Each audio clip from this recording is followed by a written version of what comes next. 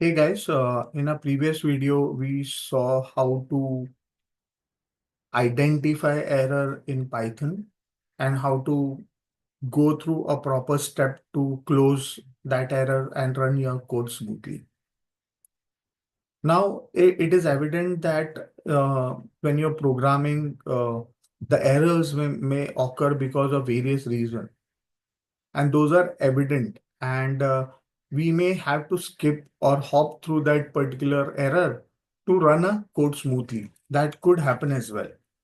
So in Python, we can use try except block. So this is kind of if else condition used for specifically errors. Yeah. So try except block is used to handle exceptions and errors gracefully. Yeah. Ensuring that your program can continue running even when something goes wrong.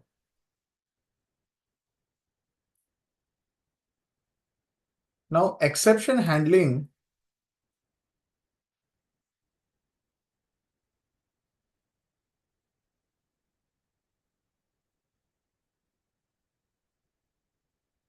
So, exception handling allows you to manage errors in your code by capturing exceptions and taking appropriate actions.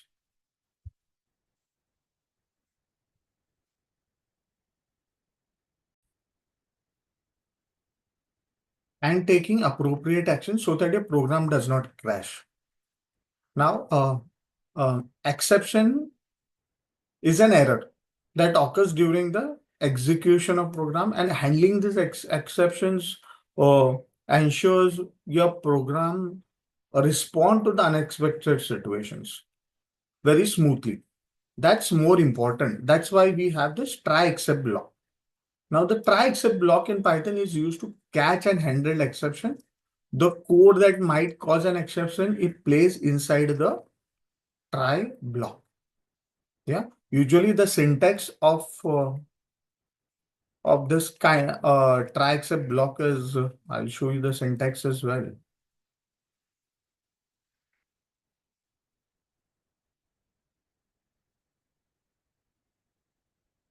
So you have the try statement, then you have a semicolon or the colon, which is indented since this is where the code runs, for which you presume or assume that the error may occur. So this is code that might cause an error or exception. Then you create an except statement. Yeah. So this could be some exception. This could be error. Yeah. It could be any error. I'll just write any error. Any error. I'll give it alias is as E. Yeah. Then you have a semicolon or the colon. So I'll have the write the risky code here. Yeah.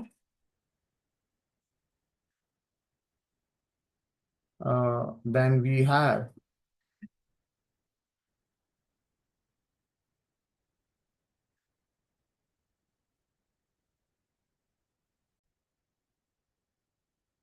in this particular thing, you will have the code that will run if the error occurs.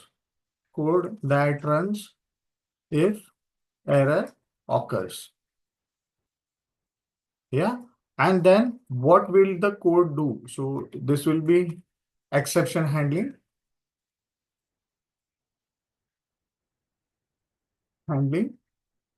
code. Yeah. So this is how the entire block will look like. So it will have a try, which will try the code which may cause an error.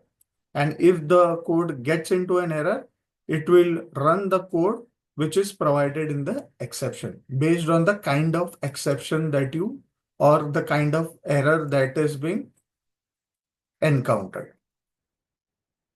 Yeah. So let's see some example on how this thing is particularly handled. So let's try with a, if we enter a non-numeric value, a value error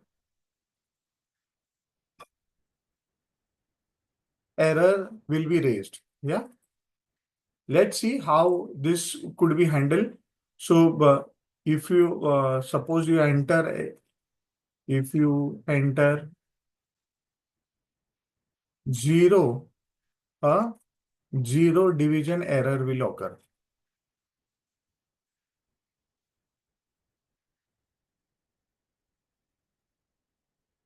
Will be will occur. So let's see how we can handle this. So I'll say try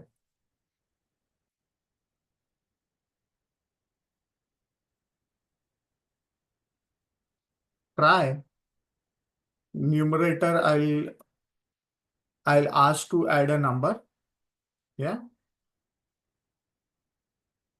And I'll say not I'll add.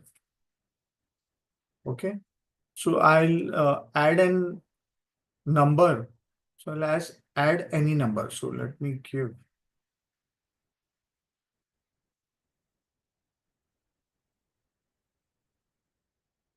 So I'll add any number. If I try to add a 0, it will give you an error. So result is equal to 100 divided by the number. Yeah. So if I try to divide the number by 0, it should give me an error and it should handle that error. So I'll say print result. I'll say except value error.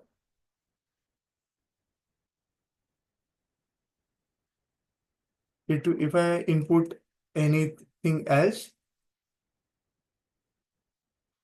yeah, I can write E or zero division error if, yeah. So let's try to run this code where I'm trying to add a number. So, my gosh, yeah. I'm trying to add a number and trying to divide 100 by this particular number. Now, if I try to input anything incorrect, yeah. So let's run this. Yeah.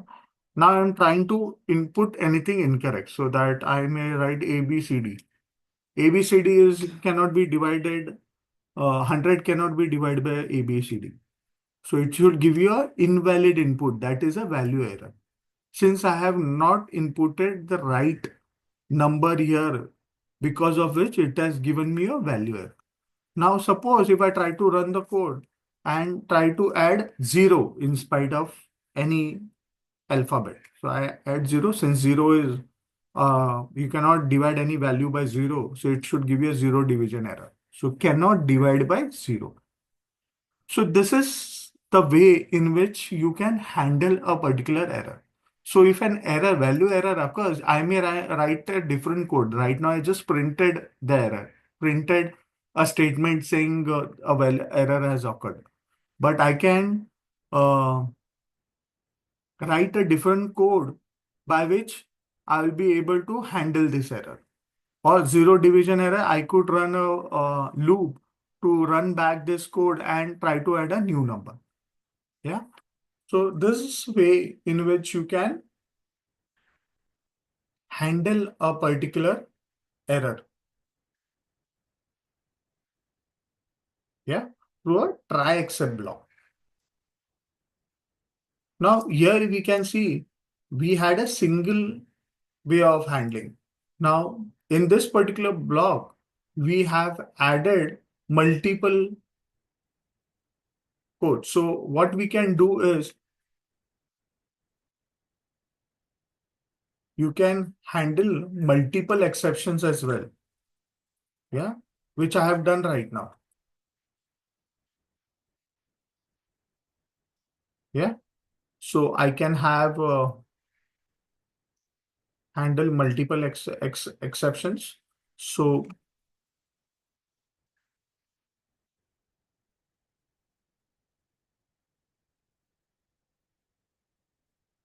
so you can handle multiple types of exception using multiple except block in a single try block. This allows your code to respond to different errors in a different way as you have done above. So if a value error occurs, it will give you a value error. If a division error occurs, it will give you a division error. Yeah. Usually, how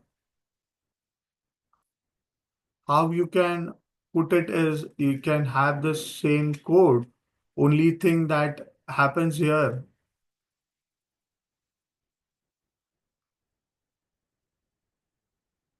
code that might cause an error, handle the first code that runs if the error occurs with first type of error. Yeah.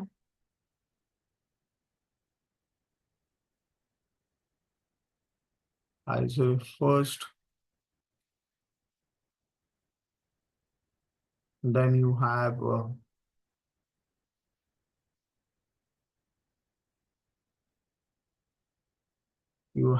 another block of code for except, which will handle the second error.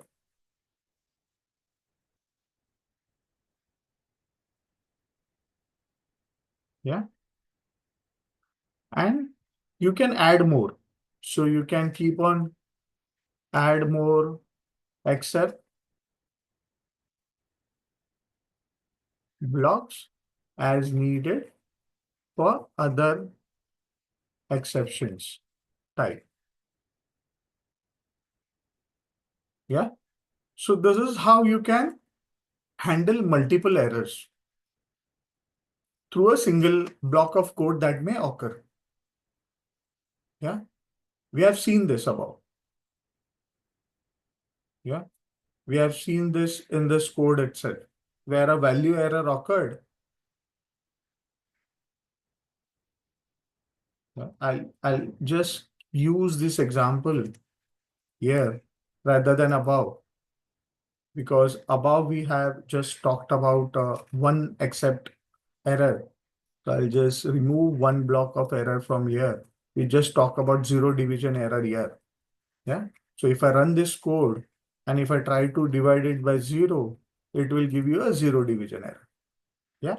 But zero division error, you can also have value error. So I may type ABCD instead of typing any value, and if I try to run it, it will give me an invalid output. Yeah. Same code will give you a zero division error if I try to put a zero as a denominator to divide it. Now, you can also use an else clause. Yeah. So I can use a else clause with try except block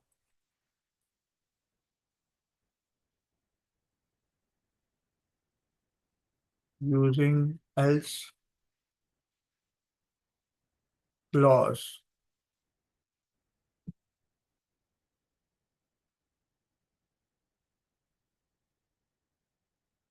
in try except block. So the else clause can be used to in conjunction with the try except block to specify code that should run only if no exception occurs in the try block.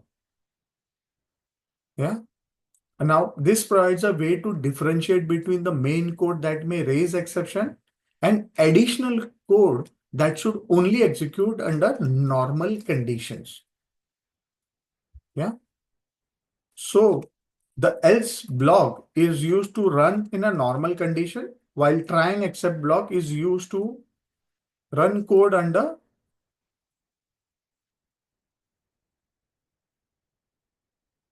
exceptional conditions. Yeah. So try except will run under exceptional condition or error where you encounter an error, whereas else block will run when there is a normal code running without an error. Yeah. So let me write this code.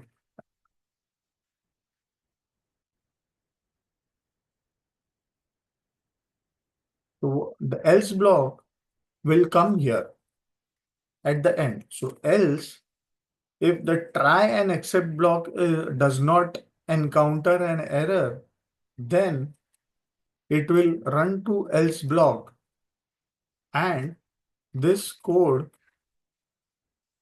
that runs if no exceptions occurred. Yeah. So this code will run only when there are no exceptions being encountered or no error has occurred during this code. So if there is a smooth running of code, it will get into the else block. Yeah. Let me show you an example.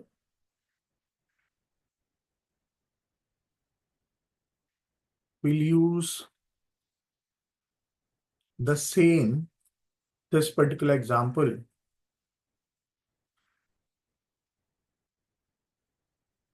So here we have seen if we put ABCD, then the value error used to occur. If we add a 0 in the denominator, 0 will occur. Now, if I add a proper number,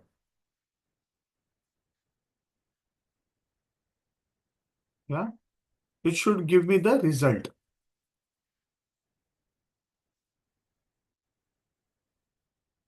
Here is the result.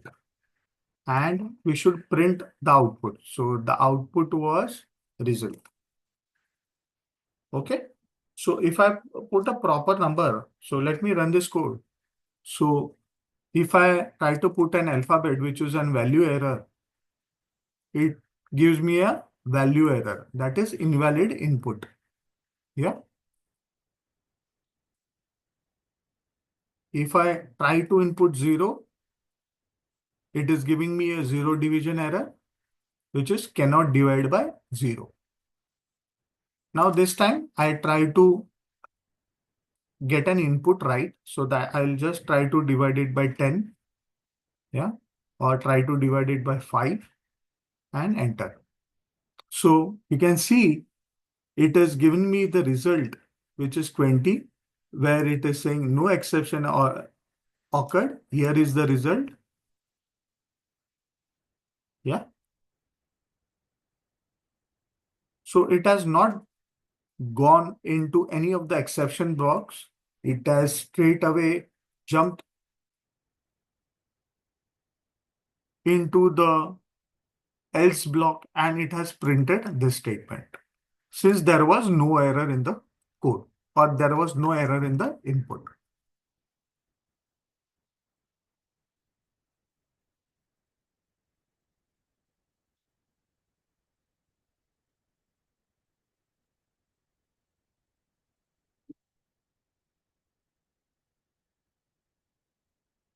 There is another part.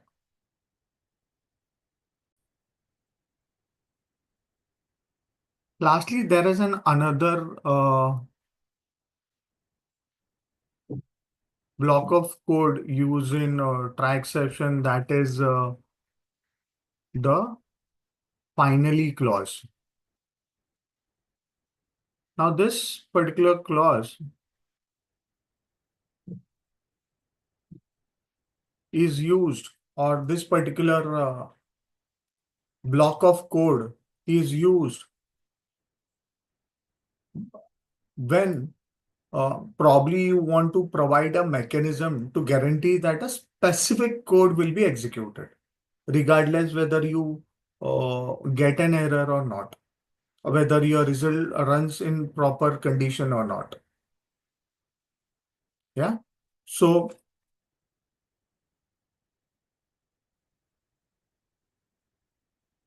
this is useful for performing cleanup actions such as closing files or network connections or anything which is open because of running this particular code. So I may write the syntax as write the syntax.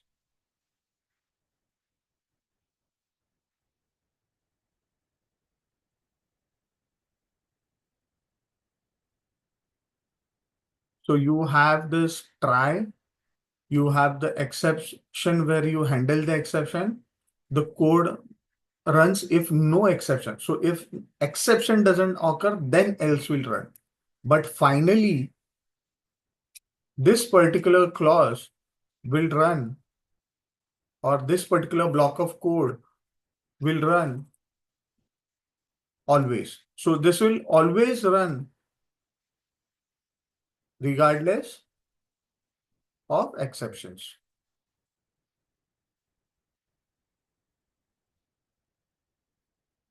Yeah, this could be cleanup code. Yeah.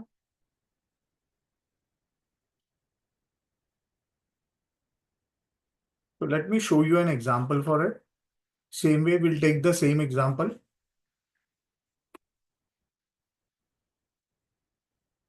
So I will take this same example else wala.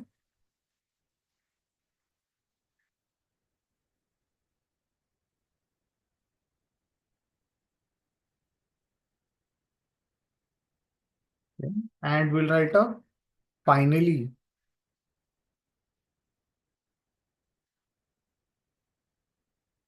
with the I have to write it properly. This will always run. Yeah. Regardless of exceptions, whether exception occurs or doesn't occur. I'll show you that. Yeah. If I may write, if I have to close a particular file, so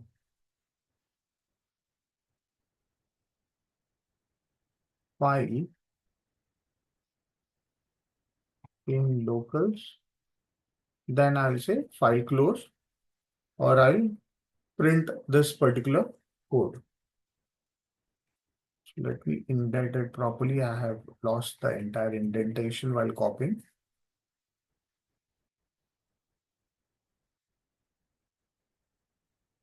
Yeah. We'll try to run this code and we'll see what happens. Even though I have get into an error. So let me put a 0, which will get into a 0 division error. And let's see what happens.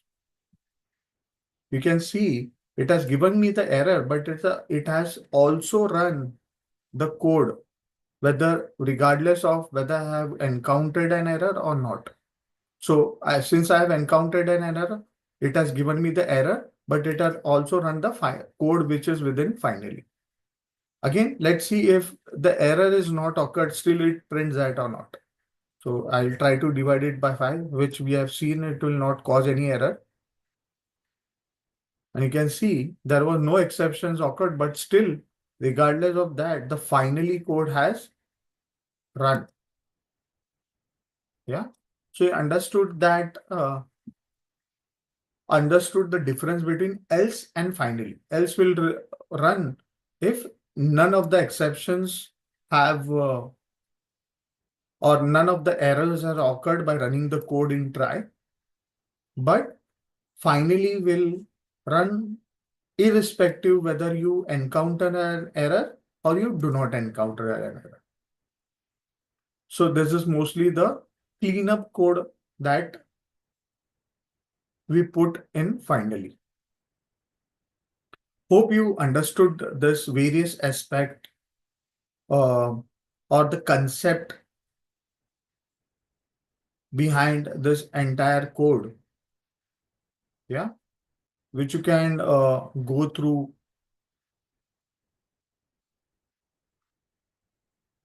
Hope you understood the examples and the various blocks that are available in try and accept, which would be helpful to manage the errors that you occur during your programming. Hope you like this video. Do like it, share it across with your colleagues who want to learn Python. This was a very useful video towards error handling and how you can manage them through various block of codes.